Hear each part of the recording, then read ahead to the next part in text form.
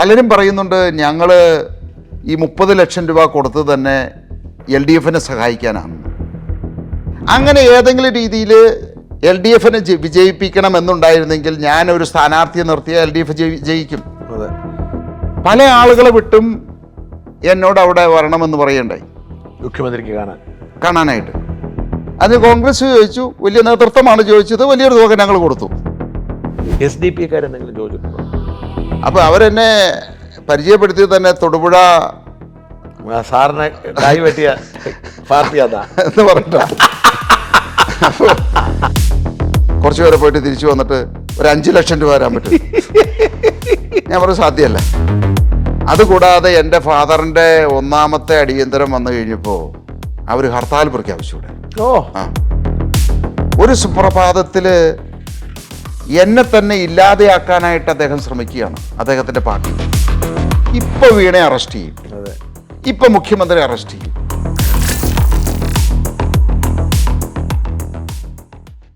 ഈ ഇടതുപക്ഷത്തോടുള്ള ബന്ധത്തെക്കുറിച്ച് പറയുമ്പം ഇതേ ആരോപണം അങ്ങേക്കെതിരെ ഉണ്ട്. മുമ്പ് സൂചിപ്പിച്ച മാതിരി 30 ലക്ഷം രൂപ അങ്ങ് CPM-ന് തൃക്കാക്കര ഉപതെരഞ്ഞെടുപ്പിന് മാത്രം കൊടുത്തിരിക്കുന്നു. 2021 എത്ര കൊടുത്തു നമുക്കൊരു ധാരണയില്ല, 2016 എത്ര കൊടുത്തു നമുക്കൊരു ധാരണയില്ല. അപ്പം ഞാൻ പറഞ്ഞു അങ്ങ് ഇതെല്ലാം ആയിട്ടും ഇവരെ സഹായിക്കുന്നു. നമ്മൾ ഇതിൽ ഇപ്പോൾ ഇന്നോ ഇന്നലെയോ അല്ല ഈ രാഷ്ട്രീയക്കാർക്ക് സംഭാവന കൊടുക്കും. നമ്മൾ രാഷ്ട്രീയക്കാരെന്ന് മാത്രമല്ല, പല സംഘടനകൾ, മതസംഘടനകൾ വരുന്നുണ്ട്, രാഷ്ട്രീയക്കാർ വരുന്നുണ്ട്. എൻ്റെ ഫാദറിൻ്റെ കാലം മുതൽ ഏറ്റവും കൂടുതൽ എനിക്ക് തോന്നുന്നത് എറണാകുളം ജില്ലയിൽ രാഷ്ട്രീയ പാർട്ടിക്കാർക്ക് സംഭാവന കൊടുക്കുന്നത് എൻ്റെ ഫാദറായിരുന്നു.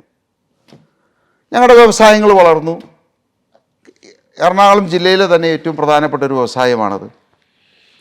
അപ്പോൾ അത് തികച്ചും എല്ലാ രാഷ്ട്രീയക്കാരും വരും. അത് നമ്മുടെ താഴെ തട്ടിൽ മുതൽ, അതായത് താലൂക്ക് അല്ലെങ്കിൽ നമ്മുടെ ലോക്കൽ ഘടകം മുതൽ ജില്ലാ ഘടകം മുതൽ സംസ്ഥാന ഘടകം വരെ വിവിധ തട്ടുകളായിട്ട് എല്ലാവരും വരാറുണ്ട്. അത് ഇന്ന പാർട്ടി അല്ലെങ്കിൽ ഇന്ന പാർട്ടിയിൽ നമ്മൾ വിശ്വസിക്കുന്നു അല്ലെങ്കിൽ അവരോട് നമ്മൾ യോജിക്കുന്നില്ല എന്നുള്ളൊരു അടിസ്ഥാനത്തിൽ ചെയ്യാറില്ല.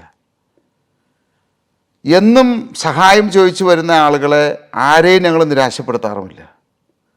അപ്പോൾ ഈ ഞങ്ങളുടെ സ്ഥാപനങ്ങൾ തുടങ്ങിയ അന്ന് മുതൽ എല്ലാ രാഷ്ട്രീയ പാർട്ടിക്കാരെയും, അതിപ്പോൾ BJP ആയിക്കോട്ടെ, കോൺഗ്രസ് ആയിക്കോട്ടെ, കമ്മ്യൂണിസ്റ്റ് ആയിക്കോട്ടെ, ചോദിക്കുന്നവർക്കൊക്കെ കൊടുക്കാറുണ്ടത്.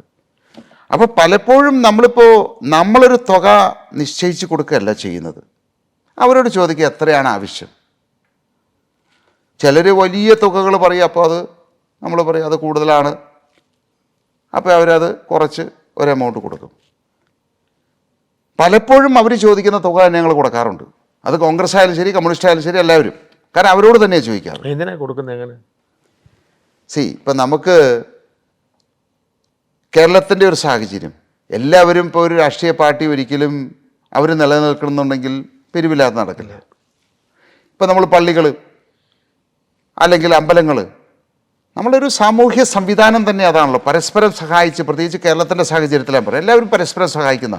ഇപ്പോൾ ഫ്ലഡ് വന്നു നമുക്ക്, അല്ലേ? നമ്മുടെ ഫ്ലഡ് വന്നപ്പോൾ അവിടെ ഇന്നവരും നോക്കിയല്ല, എല്ലാവരും പരസ്പരം സഹായിച്ചു. അവരാൽ ആകാവുന്ന രീതിയിൽ വ്യവസായികൾ സഹായിച്ചു, പാവപ്പെട്ടവരും സഹായിച്ചു, എല്ലാവരും സഹായിച്ചു.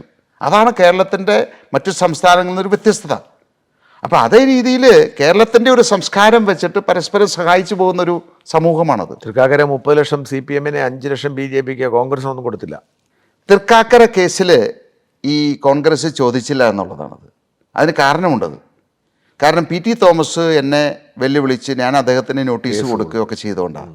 ആ ഇലക്ഷൻ ഒഴിച്ചിട്ട് എല്ലാ ഇലക്ഷനും അവർ മേടിക്കാറുണ്ട്. ഉപതെരഞ്ഞെടുപ്പ് ഇപ്പോൾ നമ്മുടെ പുതുപ്പള്ളി തെരഞ്ഞെടുപ്പ് വന്നു, കൊടുത്തോ? കമ്മ്യൂണിസ്റ്റ് ചോദിച്ചില്ല, കാരണം ജില്ലാ ഘടകമാണല്ലോ ഒരു പണം ഇത് ചെയ്യുന്നത്. അതിന് കോൺഗ്രസ് ചോദിച്ചു, വലിയ നേതൃത്വമാണ് ചോദിച്ചത്, വലിയൊരു തുക ഞങ്ങൾ കൊടുത്തു. അപ്പോൾ അതിൽ വ്യത്യാസമില്ല എന്നാണ് പറയുന്നത്.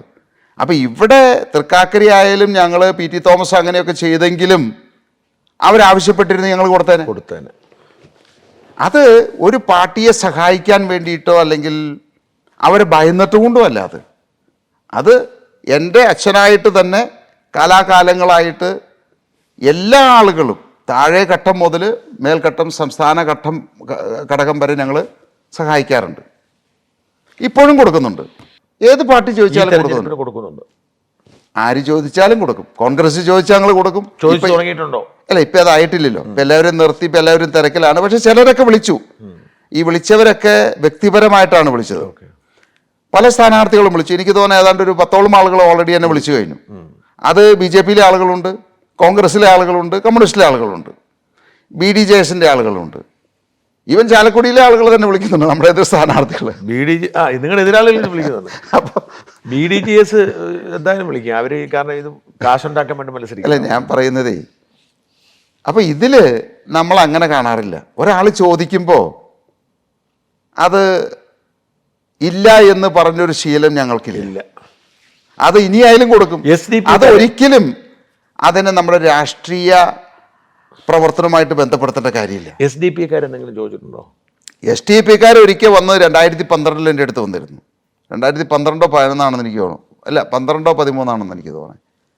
അന്ന് വന്നിട്ട് 50 ലക്ഷം രൂപ, അതായത് അവർ തന്നെ തീരുമാനിച്ചതിനോട് 50 ലക്ഷം രൂപ ചോദിച്ചു. ഞാൻ അവരെ കണ്ടിട്ട് പോലുമില്ല. അന്ന് അവർ തുടങ്ങി വരുന്നുള്ളൂ. അത് ഭയപ്പെടുത്തുന്ന 5-6 പേരാ വന്നത്. അപ്പോൾ ഞാൻ അവസാനം ആലോചിച്ചു. കാരണം എൻ്റെ മുന്നിൽ ചെറിയൊരു ഭയമുണ്ട് എനിക്ക്, ഞാൻ കേട്ടിട്ടില്ല. അപ്പോൾ അവരെന്നെ പരിചയപ്പെടുത്തിയത് തന്നെ തൊടുപുഴ സാറിനെ കായ് വെട്ടിയ പാർട്ടി അതാ എന്ന് പറഞ്ഞിട്ടാ. അപ്പോൾ ഏതൊരാൾക്കും നമ്മളൊരു ഭയം വരും. എന്നിട്ട് അപ്പോൾ പിന്നെ ഞാനൊന്ന് ആലോചിച്ചു. അവസാനം ഞാൻ പറഞ്ഞു, ഒരു 50,000 രൂപ തരാം. എല്ലാവരും ചാടി എഴുന്നേറ്റു, ഇറങ്ങി അവിടം വരെ പോയി. കുറച്ച് പേരെ പോയിട്ട് തിരിച്ചു വന്നിട്ട് ഒരു 5 ലക്ഷം രൂപ തരാൻ പറ്റും. ഞാൻ പറഞ്ഞു സാധ്യമല്ല. കൈ വെട്ടുമെന്ന് പറഞ്ഞിട്ടും പേടിച്ചില്ല. എൻ്റെ കൈ വെട്ടുമെന്ന് പറഞ്ഞില്ല, വെട്ടിയരാന്ന് പറഞ്ഞിട്ടും പേടിച്ചില്ല. അല്ല, ചെറിയൊരു ഭയം ഉണ്ടായിരുന്നു. പക്ഷെ അവർ 50,000 രൂപ മേടിച്ചില്ല, അവർ പോയി. അത് കഴിഞ്ഞ് ഒരു മാസം കഴിഞ്ഞപ്പോഴാണ് മാലിന്യ പ്രശ്നം. അതുകൂടാതെ എൻ്റെ ഫാദറിൻ്റെ 1ാമത്തെ അടിയന്തരം വന്നു കഴിഞ്ഞപ്പോൾ അവർ ഹർത്താൽ പ്രഖ്യാപിച്ചു. ഇവിടെ ഹർത്താൽ പ്രഖ്യാപിച്ച് അത് എനിക്ക് എൻ്റെ മനസ്സിലെ ഏറ്റവും വിഷമമുണ്ടാക്കിയൊരു സന്ദർഭമാണ്. ആളുകൾക്ക് വരാൻ പറ്റാതിരുന്നു. കാരണം ജീവിച്ചിരുന്ന് അല്ലെങ്കിൽ ഒരാൾ മരിച്ചപ്പോൾ അവരെ കർമ്മം പൂർത്തിയാക്കുക എന്നുള്ളതാണല്ലോ നമ്മുടെ ജീവിതത്തിലെ ഏറ്റവും വലിയൊരു, മക്കളുടെ ഏറ്റവും വലിയൊരു ചുമതല. അപ്പോൾ ഇത് ഈ ഹർത്താൽ പ്രഖ്യാപിച്ചതോട് കൂടിയിട്ട് നമുക്ക് മനസ്സിൽ വലിയൊരു വിഷമമായി. ഞങ്ങളാണെങ്കിൽ കോഴിക്കോട് നിന്ന് പാരഗൺ എന്ന് പറഞ്ഞ ഒരു കാറ്ററിങ്ങിനെ കൊണ്ടുവന്നിട്ട്, കാരണം ആദ്യത്തെ ഒരു ഇതാണല്ലോ, ആ ഒരു സന്തോഷത്തിന് വ്യത്യസ്തമായിട്ടുള്ള ഒരു വിഭവങ്ങൾ കൊടുക്കണം എന്നൊക്കെ വിചാരിച്ച് ഏതാണ്ട് 6000-ഓളം ആളുകളുടെ സദ്യയൊക്കെ ഒരുക്കി. അങ്ങനെ ഇരിക്കുമ്പോഴാണ് ഇത് വരുന്നത്. ഹൈക്കോടതിയിൽ പോയി പ്രൊട്ടക്ഷൻ കൊടുക്കാൻ പറഞ്ഞു. പക്ഷെ പ്രൊട്ടക്ഷൻ കിട്ടിയിട്ട് എന്താ കാര്യം? ആളുകൾ വരണ്ടേ? എനിക്ക് പ്രൊട്ടക്ഷൻ കിട്ടി രാവിലെ. അതിന് വരുന്ന അച്ഛന്മാർക്ക്, ബിഷപ്പുമാർക്ക് കിട്ടി. 3 മന്ത്രിമാരുടെ അനുശോചന സമ്മേളനം ഉണ്ടായിരുന്നു. പക്ഷേ അവരൊന്നും വരുമോ എന്നുള്ളൊരു സംശയമായി. പക്ഷേ എന്ത് സംഭവിച്ചെന്ന് വെച്ച് കഴിഞ്ഞാൽ, അന്ന് ഈ ഹർത്താൽ പ്രഖ്യാപിച്ചപ്പോൾ അപ്പോൾ എൻ്റെ മനസ്സിൽ ഒന്ന്, ആ കർമ്മം ഭംഗിയായിട്ട് നടത്താൻ പറ്റില്ല. 2, നമുക്ക് ഈ 6000-ഓളം വരുന്ന ഭക്ഷണം കുഴിച്ചു മൂടേണ്ടി വരുമോ എന്നുള്ളൊരു വിഷമം. അതിനേക്കാൾ ഉപരി നമുക്ക് അത് നല്ല രീതിയിൽ നടത്താൻ പറ്റാത്തതിൻ്റെ ഒരു വിഷമത്തിലിരിക്കുമ്പോൾ കുറച്ചായിട്ട് ആളുകൾ വന്നു തുടങ്ങി. ഒരു മിനിസ്റ്റർ വന്നു, 2ാമത്തെ മിനിസ്റ്റർ വന്നു, 3ാമത്തെ മിനിസ്റ്റർ വന്നു. അപ്പോൾ ഇതാണെന്ന് പറഞ്ഞുകൂടി പഴയ പരിചയക്കാരായിട്ടുള്ള ഇവൻ ആര്യാടൻ മുഹമ്മദ് വരില്ല എന്ന് പറഞ്ഞതാണ്. പുള്ളിയും വന്നു. എൻ്റെ സുഹൃത്ത് വരുമ്പോൾ ആരും ഇല്ലെങ്കിലോ എന്നും പറഞ്ഞ് പുള്ളിയും വന്നു. അങ്ങനെ 3 മിനിസ്റ്റർ വരേണ്ട അടുത്ത് 5 മിനിസ്റ്റർ വന്നു. അപ്പോൾ ഈ ഹർത്താൽ വന്നപ്പോൾ എല്ലാ സ്കൂളുകളും അടച്ചു. അപ്പോൾ ഞങ്ങൾ 1ഉം 2ഉം പ്രതീക്ഷിച്ചിരുന്നിടത്ത് കുടുംബമായിട്ട് കുട്ടികളെല്ലാവരും കൂടി അങ്ങോട്ട് വന്നു. 6000 തികയാതെ വന്നു. അങ്ങനെ 6000 കഴിഞ്ഞ് 9,000 കഴിഞ്ഞ് 10,000 കഴിഞ്ഞ് അവസാനം കടകളിൽ നിന്നും എല്ലാ സ്ഥലത്തു നിന്നും ബണ്ണും പഴമൊക്കെ മേടിച്ച് തൃപ്തിപ്പെടുത്തേണ്ട സാഹചര്യം വന്നു. അവരെ കൂടെ വിളിക്കാൻ പറ്റായിരുന്നു. ഇങ്ങനെയുള്ള ഒരുപാട് സംഭവങ്ങൾ ജീവിതത്തിലുണ്ടായിട്ടുണ്ട്. ഒരു കാര്യം കൂടി ഇതുമായി ബന്ധപ്പെട്ട് ചോദിച്ചോട്ടെ. 2020 മഹാസമ്മേളനത്തിൽ വെച്ച് ഒരു ബ്ലാക്ക് മെയിലിംഗ് രാഷ്ട്രീയമാണ് എടുത്തതെന്നാണ് ആളുകൾ പറയുന്നത്. ഞാൻ വെളിപ്പെടുത്തും. അതിനകത്ത് 2 എലമെൻ്റ് ഉണ്ട്. ഞാനത് ചോദിക്കുവാണ്. 2 എലമെൻ്റ് ഉണ്ട്. ഒന്ന്, പിണറായി വിജയനുമായിട്ട് അങ്ങേക്കൊരു വലിയ ബന്ധമുണ്ട് എന്നൊരു മെസ്സേജ് ജനങ്ങൾ കൊടുത്തു. അതപ്പോൾ അങ്ങ് വിശദീകരിച്ചു എന്തായിരുന്നു ബന്ധം എന്നുള്ളത്. അപ്പോൾ ആളുകൾ അതിനെ കാണുന്നത് ഈ പിണറായിക്കെതിരെ ഇത്ര ആഞ്ഞടിക്കുമ്പോഴും പിണറായിയുമായി അങ്ങ് യാത്ര പോലും ചെയ്യും. പക്ഷെ അത് ഇതിനൊക്കെ മുമ്പാന്ന് തോന്നല്ലേ, ഈ ആഞ്ഞടിക്കുന്നതിന് മുമ്പാന്ന് തോന്നല്ലേ? അതൊരു വശം എനിക്ക് അത് കഴിഞ്ഞ ഭരണകാലത്താണത്. അദ്ദേഹത്തിന് സുഖമില്ലാതെ മയോ ക്ലിനിക്കിൽ ചികിത്സയ്ക്ക് പോകുന്ന സമയത്താണത്. അതിൻ്റെ ഒരു ആളാകാൻ കാര്യം അദ്ദേഹത്തോടൊപ്പം പോകാൻ.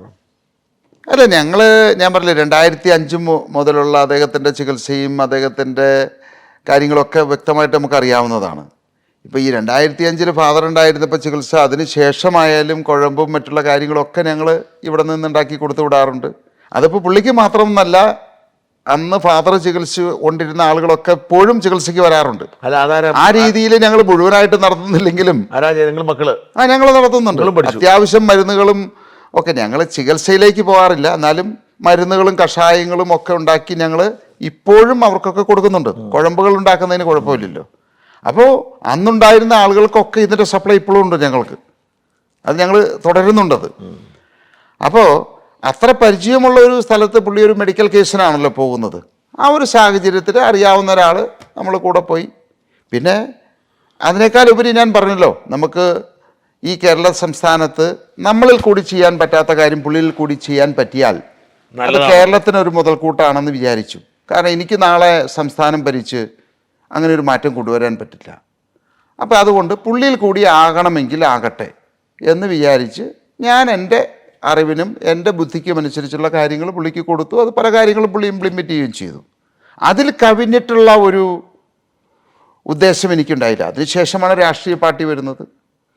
അപ്പോൾ ഇവിടെ ഈ പറയുന്ന ഒരു ബ്ലാക്ക് മെയിലിംഗ് എന്ന് പറഞ്ഞല്ലോ, എൻ്റെ പിതാവ് അന്ന് മുതൽ ഈ ചികിത്സയ്ക്ക് പിണറായി വിജയൻ സാറ് വരുന്ന അന്ന് മുതൽ ഞങ്ങളോട് പറഞ്ഞിരിക്കുന്നൊരു കാര്യമുണ്ട്. ഒരു കാരണവശാലും നമ്മൾ ഒരു വിധത്തിലുള്ള സഹായങ്ങളും ഇവരിൽ നിന്ന് ആവശ്യപ്പെടാനോ സ്വീകരിക്കാനോ പാടില്ല എന്ന്. അത് ഈ പാർട്ടിയിൽ നിന്നല്ല, ഒരു രാഷ്ട്രീയ നേതാക്കളിൽ നിന്ന്. ഇന്ന് എല്ലാ രാഷ്ട്രീയ പാർട്ടിക്കാർക്കും ഞങ്ങൾ അവർ ചോദിക്കുന്ന പണം എടുത്ത് കൊടുത്തിട്ടുണ്ടെങ്കിലും ഇന്ന് വരെ 5 പൈസയുടെ ഒരു കാര്യം പോലും ഞങ്ങൾ അങ്ങനെ നടത്തിയെടുത്തിട്ടില്ല. അത് കോൺഗ്രസിൻ്റെ കയ്യിലായാലും ശരി, കമ്മ്യൂണിസ്റ്റിൻ്റെ കയ്യിലായാലും ശരി. ഇത്രയും അടുപ്പമുണ്ടായിട്ട് പോലും ഞങ്ങൾക്ക് ഏതെങ്കിലും ആവശ്യം വന്നിട്ടുണ്ടെങ്കിൽ കോടതിയെ സമീപിച്ചാൽ ഞങ്ങളത് നേടിയെടുത്തിട്ടുള്ളൂ. ഒരിക്കൽ പോലും ഒരു സഹായം മേടിച്ചിട്ടില്ല.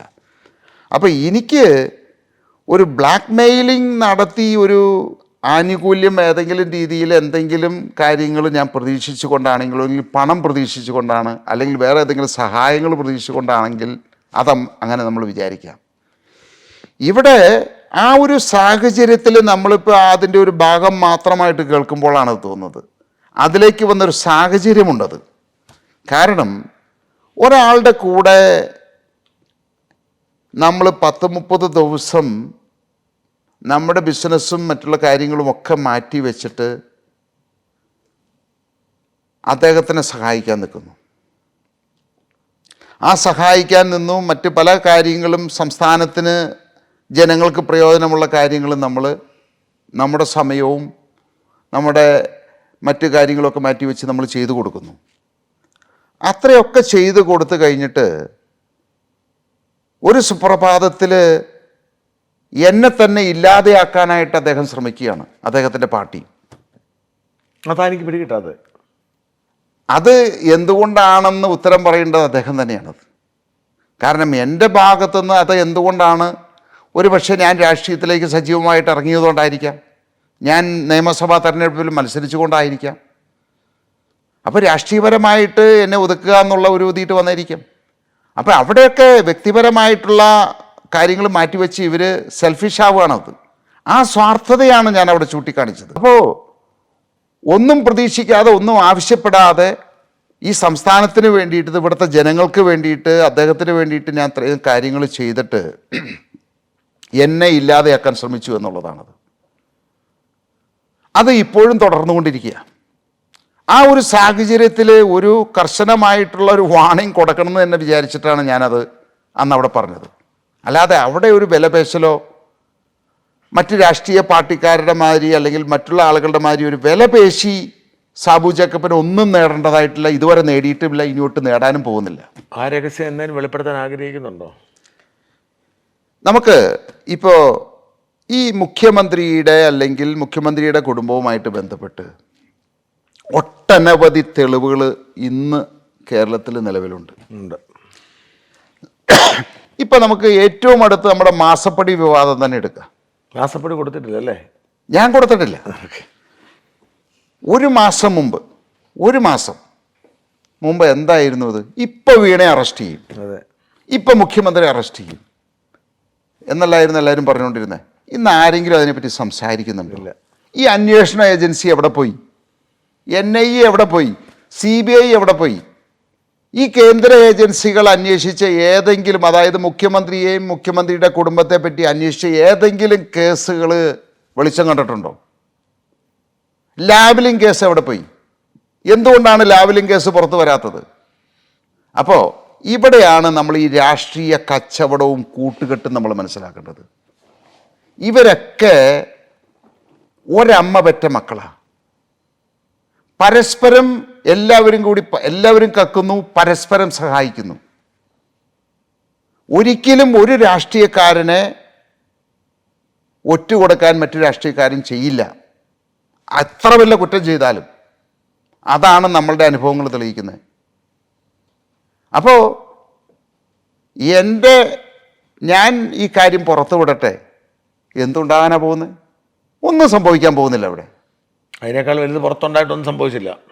എത്രയോ വലിയ ബോംബുകൾ ഇവിടെ പൊട്ടിച്ചു. ഒരു രോമം പറിക്കാൻ സാധിച്ചോ? അല്ലെങ്കിൽ ആരെങ്കിലും ആത്മാർത്ഥത്തോടെ കേസുമായിട്ട് വരട്ടെ, കൊടുക്കാം അല്ലേ? അങ്ങനെ ഒരു സാഹചര്യം വരട്ടെ. അതായത് നമുക്ക് നമ്മുടെ ഒരു വിശ്വാസം വരണം, അല്ലേ? നമ്മളൊരു കാര്യം പറഞ്ഞു കഴിഞ്ഞാൽ അതിനൊരു നടപടി ഉണ്ടാകും. ഒരു വിധത്തിലും രാഷ്ട്രീയ ഇടപെടൽ നടക്കില്ല. 100% നീതി ലഭിക്കും. ഇന്നത്തെ സാഹചര്യത്തിൽ അതുണ്ടോ? ആർക്കെങ്കിലും പറയാൻ പറ്റുമോ? അങ്ങനെ ഉണ്ടായിരുന്നെങ്കിൽ പണ്ടേ മുഖ്യമന്ത്രിയും കുടുംബവും ജയിലിലായത്. മയോ ക്ലിനിക്കിൻ്റെ ഓപ്പോസിറ്റുള്ള വലിയ ഹോട്ടലിലാണ് പിണറായി താമസിക്കുന്നത്. അതിനോട് അറ്റാച്ച്ഡ് ആയിട്ടുള്ളൊരു ഹോട്ടലുണ്ട്. അതായത് ഹോട്ടലിൽ നിന്ന് തന്നെ നമുക്കതിട്ട് നടന്നു പോകാം. ഈ കണക്കിൽപ്പെടുന്നതിന് അപ്പുറത്തേക്കാൾ ഫീസല്ലേ അവിടുത്തെ താമസമൊക്കെ ചിലപ്പോൾ സർക്കാരിന് കൊടുക്കുന്നതിനേക്കാൾ കൂടി നിരക്കല്ലേ അവിടെയൊക്കെ വരുന്ന ചിലവെന്ന് പറയുന്നത്? ഇതിൽ നമ്മളിപ്പോൾ ഏത് മന്ത്രിമാരായാലും ശരി, മുഖ്യമന്ത്രി ആയാലും ശരി, ജനങ്ങൾക്ക് അതിൻ്റെ എന്തെങ്കിലും വിവരം കിട്ടുന്നുണ്ടോ? നമ്മൾ വിവരാവകാശം വയ്ക്കുന്നു, ഒരു മുട്ടുന്യായം പറയുന്നു. അതിൽ ആർക്കെങ്കിലും അതിന് മറുപടി കിട്ടിയിട്ടുണ്ടോ? കൃത്യമായി കിട്ടിയിട്ടില്ല. ഞങ്ങളിപ്പോൾ ഒരു വിവരാവകാശം കൊടുത്തിട്ട് എല്ലാ ദിവസവും മറുപടി വരുന്നുണ്ട് എല്ലാ പോലീസ് സ്റ്റേഷനിൽ. ഒന്നും കൃത്യമല്ല. അപ്പോൾ ആ കണക്കുകൾ ഒരിക്കലും പുറലോകം കാണാൻ പോകുന്നില്ല. ആ കണക്കുകളെല്ലാം യാഥാർത്ഥ്യവുമല്ല. ഇതിന് എത്രയോ സ്പോൺസർമാരുണ്ട്. അതാണ്. അപ്പം ഇതൊക്കെ കണ്ടുപിടിക്കണമെങ്കിൽ CBI പോരാം, CIA-യും KGB ഒക്കെ വേണം. അതെ. ഞാനൊരു ആരോപണം ഉന്നയിക്കാൻ പോവാ. പിണറായി വിജയൻ അവിടെ താമസിക്കും, അദ്ദേഹത്തെ കാണാൻ ലോകത്തിൻ്റെ നാനാഭാഗത്തുനിന്ന് പല പ്രമുഖന്മാരും വരാറുണ്ടായിരുന്നു എന്ന്. എന്ത് പറയുന്നു അങ്ങയുടെ അഭിപ്രായം? അല്ല, നമുക്ക് മുഖ്യമന്ത്രി എന്നുള്ള നിലയിൽ അദ്ദേഹം ഇപ്പോൾ കേരളത്തിലായാലും ശരി, വേറെ ഏത് വിദേശ രാജ്യങ്ങളിലായാലും തീർച്ചയായിട്ടും ഒട്ടനവധി ആളുകൾ വരും. ഗൾഫിൽ നിന്ന് അവർ അങ്ങോട്ട് വരേണ്ട കാര്യം ഇവിടെ വന്നാൽ പോരെ അങ്ങനെ കാണണമെങ്കിൽ? ഗൾഫിൽ അതിപ്പോൾ നമ്മൾ ഒരു മുഖ്യമന്ത്രി വിസിറ്റ് ചെയ്യുമ്പോൾ, ഇപ്പോൾ എനിക്കറിയാം, ഞാൻ ഈ തെലങ്കാന വ്യവസായ മന്ത്രി ദുബായിൽ ഇതുപോലെ ഒരു വ്യവസായികളെ വിളിച്ചൊരു മീറ്റ് നടത്തിയിരുന്നു. അന്ന് അദ്ദേഹം അവിടെ താമസിക്കുമ്പോൾ തെലുങ്കന്മാർ ഒട്ടനവധി ആളുകൾ ഞാൻ അവിടെ കണ്ടു. അപ്പോൾ അത് ഒരു സ്വാഭാവികമായിട്ടുള്ളൊരു സംഗതിയാണ്. പിന്നെ അവരൊക്കെ ആരാണ് എന്താണെന്നും നമുക്ക് പറയാൻ സാധിക്കില്ലല്ലോ. തൃക്കാക്കര ഉപതെരഞ്ഞെടുപ്പ് നടക്കുമ്പോൾ 2020 സ്ഥാനാർത്ഥിയെ നിർത്തിയില്ല. അന്ന് നിർത്താനായിട്ടുള്ള ഒരു സമ്മർദ്ദം ഉണ്ടായിട്ടുണ്ടോ? CPM-ൻ്റെ ഭാഗത്തു നിന്നോ കോൺഗ്രസിൻ്റെ ഭാഗത്തു നിന്നോ എന്തെങ്കിലും പ്രഷർ ഉണ്ടായിട്ടുണ്ടോ? ഈ തൃക്കാക്കര ഞങ്ങൾ നിർത്താതിരുന്നതിനൊരു പ്രത്യേക കാരണമുണ്ട്.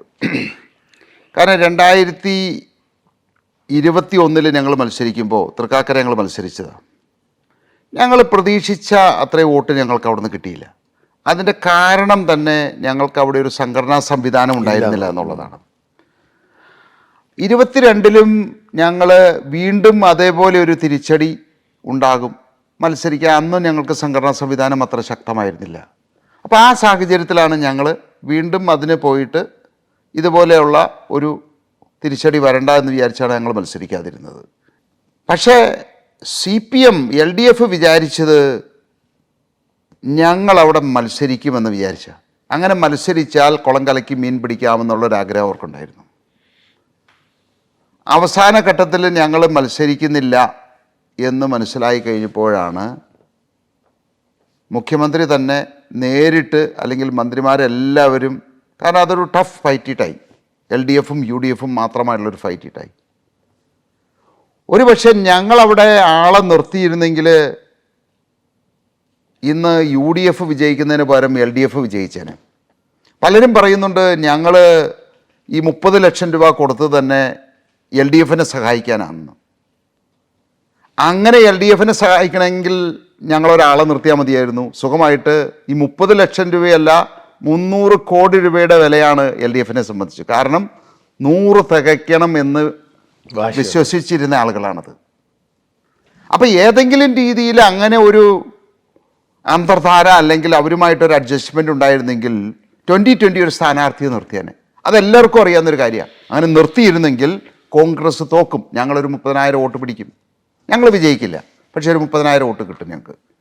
കോൺഗ്രസ് തോക്കും, അവിടെ LDF വിജയിക്കും എന്ന് പറഞ്ഞു കഴിഞ്ഞാൽ 99-ൽ നിന്ന് 100 തികയ്ക്കും. അപ്പം ഞങ്ങൾ ആളെ നിർത്തുന്നില്ല എന്ന് കണ്ടപ്പോൾ ആണ് LDFന് ഭയമായത്. അപ്പോൾ ഏത് രീതിയിലും 2020യുടെ സഹായം കിട്ടാനായിട്ടുള്ള എല്ലാ വിധത്തിലും അവരത് ശ്രമിച്ചു. ഇപ്പോൾ മുഖ്യമന്ത്രി തന്നെ എറണാകുളത്ത് വന്ന് ഫുൾ ടൈം ക്യാമ്പ് ചെയ്യുമായിരുന്നു. പല ആളുകളെ വിട്ടും എന്നോട് അവിടെ വരണമെന്ന് പറയണ്ടായി, മുഖ്യമന്ത്രിക്ക് കാണാനായിട്ട്. ഞങ്ങളുടെ സഭാ സെക്രട്ടറി തമ്പു 3 പ്രാവശ്യം ഈ കാര്യത്തിന് വീട്ടിൽ വന്നു. പല തവണ എന്നെ, കമ്മ്യൂണിസ്റ്റുകാരനാണ് പുള്ളി, പണ്ട് മുതലേ അദ്ദേഹത്തിൻ്റെ സുഹൃത്താണ്. 3 തവണയാണ് എൻ്റെ അടുത്ത് വന്നത്. 3 തവണ വന്ന് എന്നെ വളരെയധികം പ്രഷറൈസ് ചെയ്തു, കാണണം, ഒന്ന് കണ്ടാൽ മതി. ഈ അലമ്പെല്ലാം കഴിഞ്ഞ് ഓടിച്ചതിന് ശേഷം നോക്കണം. 21-ലാണല്ലോ ഞങ്ങളെ വളഞ്ഞിട്ട് ആക്രമിച്ചത്. അപ്പം അതിനുശേഷം പിന്നെ ഉയർന്ന ഒരു പോലീസ് ഉദ്യോഗസ്ഥൻ, അവരൊന്നും പേര് പറയുന്നത് ശരിയല്ല, അതുപോലെ തന്നെ പാർട്ടിയിലെ പ്രമുഖരായിട്ടുള്ള മറ്റു ഉയർന്ന നേതാക്കന്മാർ, കേന്ദ്ര കമ്മിറ്റി അംഗങ്ങൾ, ഇവൻ നമ്മുടെ കൊടിയേരി സാറ്, ഇവരൊക്കെ എന്നെ പരമാവധി ശ്രമിച്ചു മുഖ്യമന്ത്രിയുടെ അടുത്ത് എത്തിക്കാൻ. കൊടിയേരി സാർ വന്നിട്ടുണ്ടെങ്കിൽ എന്തായാലും EP വന്നിട്ടുണ്ടായിരിക്കും.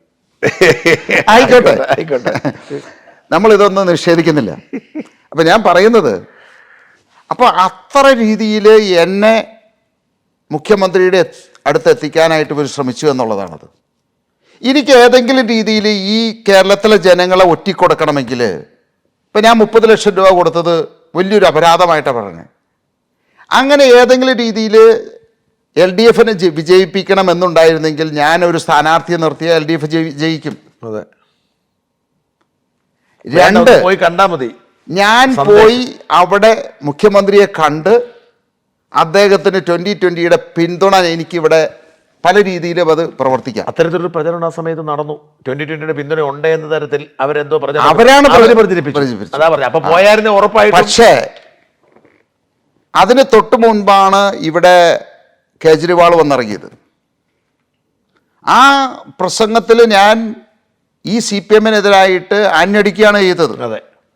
കേരളിനെതിരെ, ഇവരുടെ കൊലപാതക രാഷ്ട്രീയത്തിനെതിരെ, ഇവർ ചെയ്യുന്ന അക്രമത്തിനെതിരെ.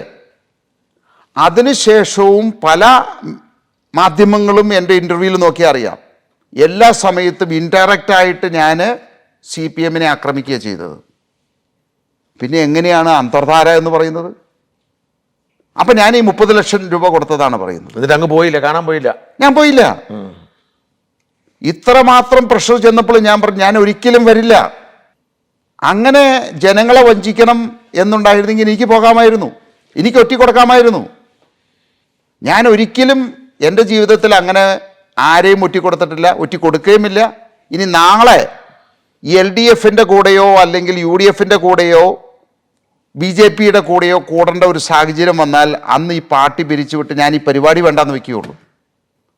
ഈ രാഷ്ട്രീയത്തിൽ നിൽക്കുന്ന, രാഷ്ട്രീയത്തിലായാലും വ്യവസായത്തിലായാലും ഒരിക്കലും ജനങ്ങളെ വഞ്ചിച്ചുകൊണ്ട്, ഈ നാടിനെ വഞ്ചിച്ചുകൊണ്ട്, അന്തർധാര ഉണ്ടാക്കിക്കൊണ്ട് ഒരു പ്രവൃത്തി ഞാൻ ചെയ്യാൻ പോകുന്നില്ല. ഞാൻ ചെയ്യുന്ന കാര്യങ്ങൾ സുതാര്യമായിരിക്കും, ജനങ്ങളോട് വിളിച്ചു പറഞ്ഞുകൊണ്ടായിരിക്കും ചെയ്യുന്നത്. എന്നിട്ടും അങ്ങ് BJPയുടെ സ്ഥാനാർത്ഥിയാവുന്ന പറഞ്ഞ വാർത്ത വന്നു. എങ്ങനെയാ? ഇന്ന് ഞാൻ പറയുകയാണെങ്കിൽ ഈ മാധ്യമങ്ങൾ എന്നെ വിറ്റ് കാശാക്കുക. ഇപ്പോൾ സാബു ജേക്കബ് BJPയിലേക്ക് പോയി എന്നൊരു വാർത്ത കൊണ്ടുവന്നു കഴിഞ്ഞാൽ രണ്ട് കാര്യങ്ങളുണ്ട്. ഒന്ന്, അത് നല്ല രീതിയിൽ വ്യൂഷിപ്പ് കിട്ടും. അത് കോൺഗ്രസ്സുകാർ നോക്കും, കമ്മ്യൂണിസ്റ്റുകാർ നോക്കും, BJPക്കാർ നോക്കും, 2020കാർ നോക്കും. വലിയൊരു വ്യൂഷിപ്പ് കിട്ടും. രണ്ട്, ഇന്ന് ഈ പല മാധ്യമ സ്ഥാപനങ്ങളിലും പല രാഷ്ട്രീയ പാർട്ടിയിൽ വിശ്വസിക്കുന്ന ആളുകൾ കയറി കൂടിയിട്ടുണ്ട്, പ്രത്യേകിച്ച് CPMൽ. അപ്പോൾ ഈ CPMൻ്റെയും BJPയുടെയും കോൺഗ്രസിൻ്റെയും ആളുകൾ ഈ മാധ്യമ സ്ഥാപനങ്ങളിൽ കയറി കൂടിയിട്ട് അവർക്ക് വേണ്ട രീതിയിലുള്ള പ്രചരണങ്ങൾ നടത്തുന്നുണ്ട്. അതിൻ്റെ ഒരു ഭാഗമായിരുന്നു എന്നെ BJP ആക്കിയത്. ഏഷ്യാനെറ്റ് ചെയ്യുന്നുള്ള എന്നെ അത്ഭുതപ്പെടുത്തി. ഒരു മീഡിയ ചെയ്യുമ്പോൾ മറ്റവരും അത് ഏറ്റെടുത്തു. അതിൻ്റെ ശരിയും തെറ്റുമൊന്നും ആരും അന്വേഷിക്കില്ല. ഇവരാരും എന്നോട് വിളിച്ച് ചോദിച്ചുമില്ല എന്നുള്ളതാണ്. അങ്ങനെ ഒരു വാർത്ത കേട്ടാൽ ആദ്യം ചോദിക്കേണ്ടത് എൻ്റെ അടുത്തല്ലേ. അങ്ങനെ ഒരു ആഗ്രഹം BJPക്കാർ പ്രകടിപ്പിച്ചോ? കഴിഞ്ഞ 6 മാസത്തിനുള്ളിൽ ഒരു BJPക്കാരനും എന്നെ ബന്ധപ്പെട്ടിട്ടില്ല, ഞാൻ അവരെയും ബന്ധപ്പെട്ടിട്ടില്ല. ഞാനിപ്പോൾ ഒരു BJPക്കാരൻ പിരിവ് ചോദിച്ചാൽ തന്നെ ഞാൻ പറയും വീട്ടിലേക്കോ ഓഫീസിലേക്കോ വരണ്ടെന്നേ പറയുള്ളൂ. കാരണം അവരുടെ വാഹനം എൻ്റെ വീട്ടിൽ കണ്ടു കഴിഞ്ഞാൽ ഞാൻ എന്നെ BJPക്കാരനാക്കി കളയും, സംഖ്യയാക്കി കളയും. അപ്പം അതുകൊണ്ട് വേറെ ആര് വന്നാലും ഒരു കുഴപ്പമില്ല. ഞാൻ പറയും പിരിവ് അങ്ങോട്ട് കൊടുത്തു വിട്ടോളാന്ന് പറയും. ഞാൻ കൊടുക്കുന്നുണ്ട്, BJPക്കാർക്ക് കൊടുക്കുന്നുണ്ട്, കമ്മ്യൂണിസ്റ്റുകാർക്ക് കൊടുക്കുന്നുണ്ട്, ആര് ചോദിച്ചാലും കൊടുക്കും, ഇനിയാലും കൊടുക്കും. അത് പക്ഷെ അത് ജനങ്ങളെ വിറ്റുകൊണ്ടോ നാടിനെ വിറ്റുകൊണ്ടോ വഞ്ചിച്ചുകൊണ്ടോ ഞാൻ ചെയ്യില്ല. അത് ഇനിയിപ്പോൾ പുതുപ്പള്ളി തെരഞ്ഞെടുപ്പിൽ കോൺഗ്രസ്സിന് കൊടുത്തു, അടുത്ത വർഷത്തെ അവരുടെ പിരിവിൻ്റെ ഡീറ്റെയിൽസ് പബ്ലിഷ് ചെയ്യുമല്ലോ, അതിൽ കാണാം. അങ്ങേ പിന്തുണച്ചിരുന്ന ചില ഓൺലൈൻ പോർട്ടലുകളൊക്കെ ഇടയ്ക്കിടയ്ക്ക് അങ്ങേക്കെതിരെ അതും ഇതൊക്കെ വിളിച്ച് പറയുന്ന കാണാം. അത് അങ്ങനെ ഒരു സാഹചര്യം ഉണ്ടാകും. എനിക്ക് വളരെ ദുഃഖം തോന്നുന്ന ഒരു കാര്യമാണ് ഈ കാര്യത്തിൽ. നമ്മളിപ്പോൾ ഒരാൾ നമ്മളെ കാണാൻ വരുന്നു, നമ്മളുമായിട്ടൊരു ബന്ധം സ്ഥാപിക്കുന്നു, നമ്മളെപ്പറ്റി നല്ല വാർത്തകൾ കൊടുക്കുന്നു. അപ്പോൾ സ്വാഭാവികമായിട്ടും അത് നല്ല രീതിയിലാണ് നമ്മൾ ചിന്തിക്കുന്നത്. പിന്നീട് ആ ഒരു ബന്ധം സ്ഥാപിച്ചതിന് ശേഷം അവർ സാമ്പത്തികമായിട്ടുള്ള ആവശ്യങ്ങൾ ഉന്നയിക്കുകയാണ്. ഇപ്പോൾ ഈ അടുത്തിടെ ഒരു ചാനല്, യൂട്യൂബ് ചാനല് അവർക്ക് പുതിയൊരു സ്റ്റുഡിയോ തന്നെ ഉണ്ടാക്കാനായിട്ടുള്ള പണം എന്നോട് ചോദിച്ചത്. ആലോചിച്ച് നോക്കുക. അപ്പോൾ ഞാൻ ആദ്യം അങ്ങനെ ഒരു കൊട്ടേഷൻ കണ്ടു കഴിഞ്ഞപ്പോൾ ഞാൻ ഞെട്ടിപ്പോയി. എത്രയായിരുന്നു? 16 ലക്ഷം രൂപയാണെന്ന് എനിക്ക് തോന്നുന്നു. അടിപൊളി. എന്നിട്ട് അപ്പോൾ 16 ലക്ഷം രൂപ. ഞാൻ ചോദിച്ചു ഇതെന്താണത്?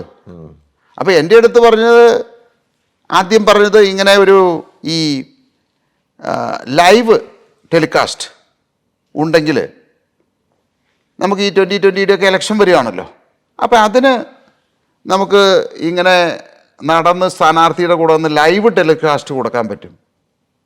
അപ്പോൾ എന്ന് പറഞ്ഞപ്പോൾ ഞാൻ ചോദിച്ചു അതിന് എത്രയാണ് കോസ്റ്റ് വരിക? അപ്പോൾ അതിന് 1 ലക്ഷമോ 2 ലക്ഷമോ രൂപ വരുള്ളൂ. പക്ഷേ ഇത് വന്നപ്പോൾ 16 ലക്ഷം രൂപ. അപ്പോൾ ഞാൻ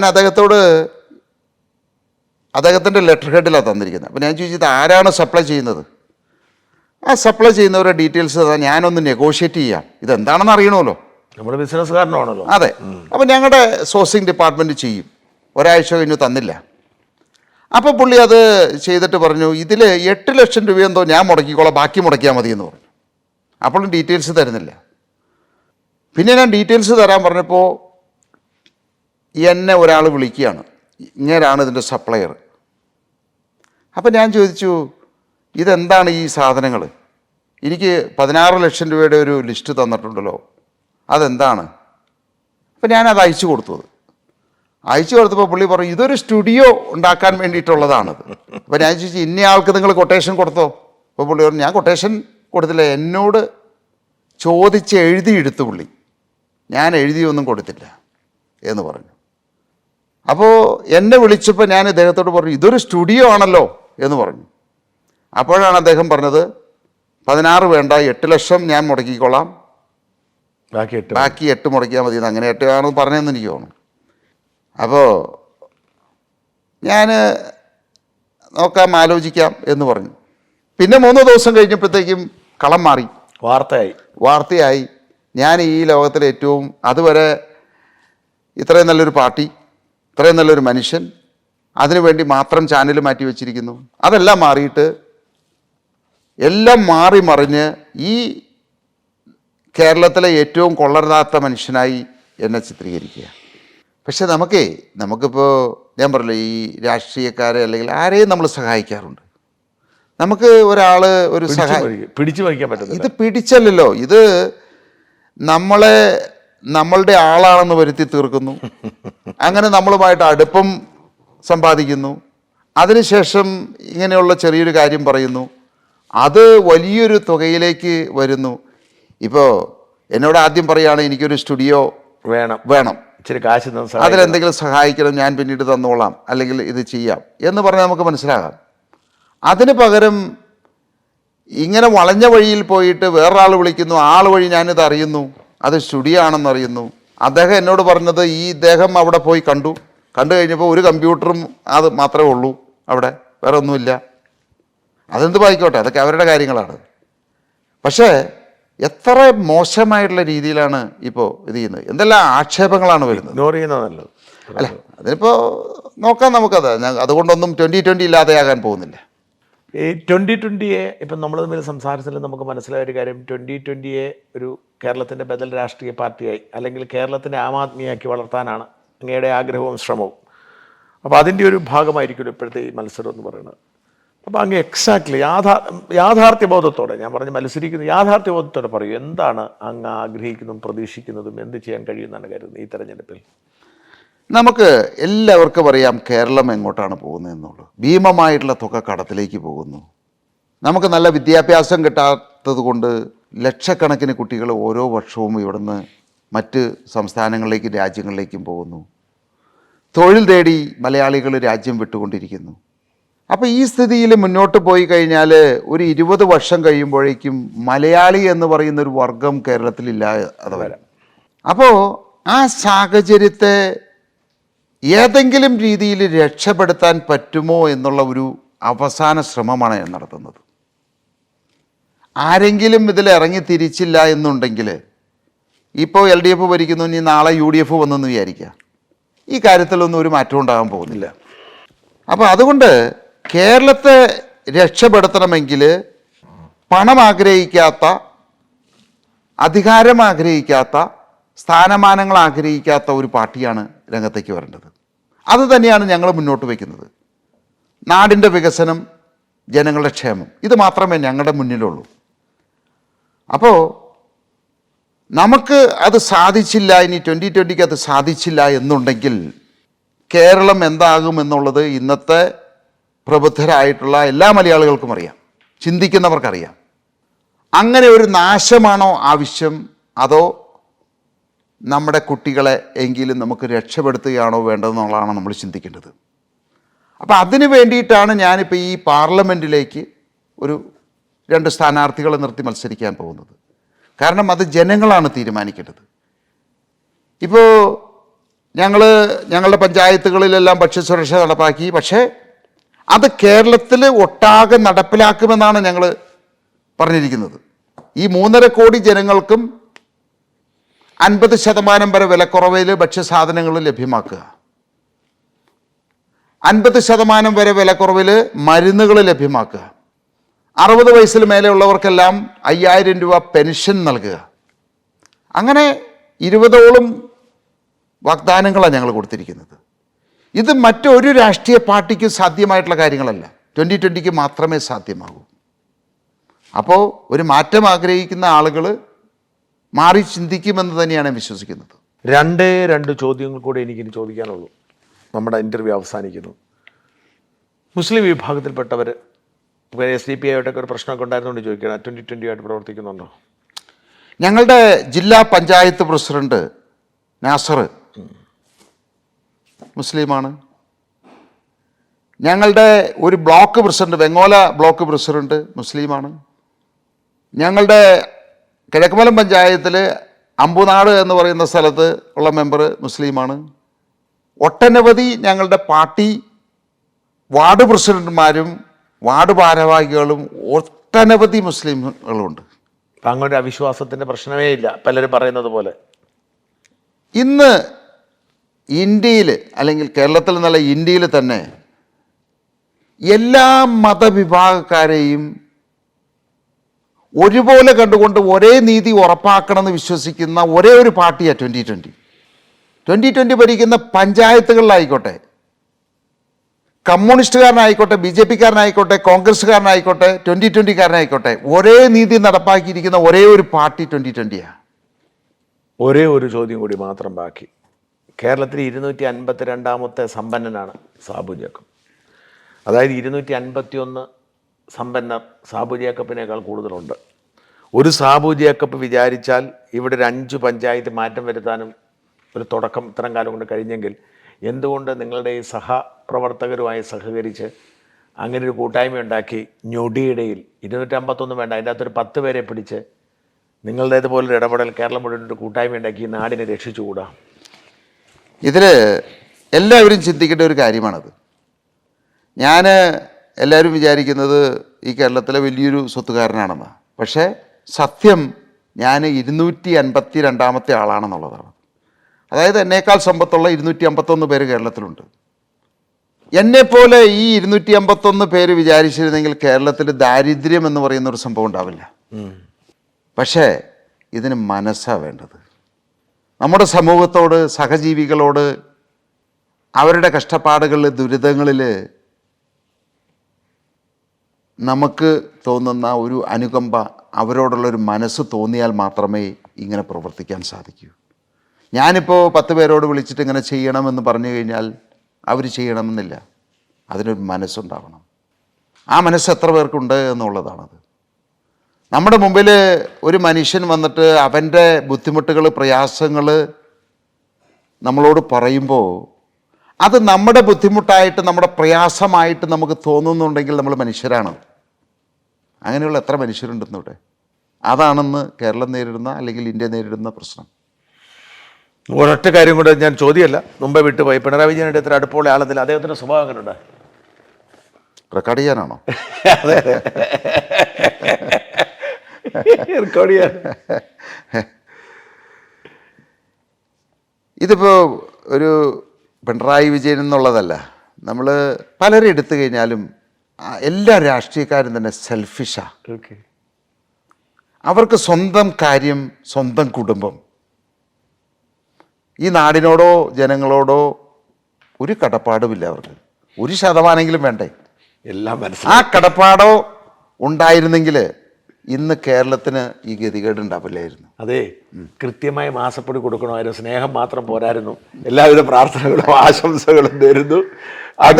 അത് കൊടുക്കാതെ ഇരുന്നു കൊണ്ടാണ് ഇന്ന് ഞാൻ ജീവനോടെ ഇരിക്കുന്നത്. അല്ലെങ്കിൽ എന്നെ വിശ്വസിച്ച് എൻ്റെ പിന്നിൽ നിന്ന് ജനങ്ങൾ എന്നെ തല്ലിക്കൊന്നേനെ.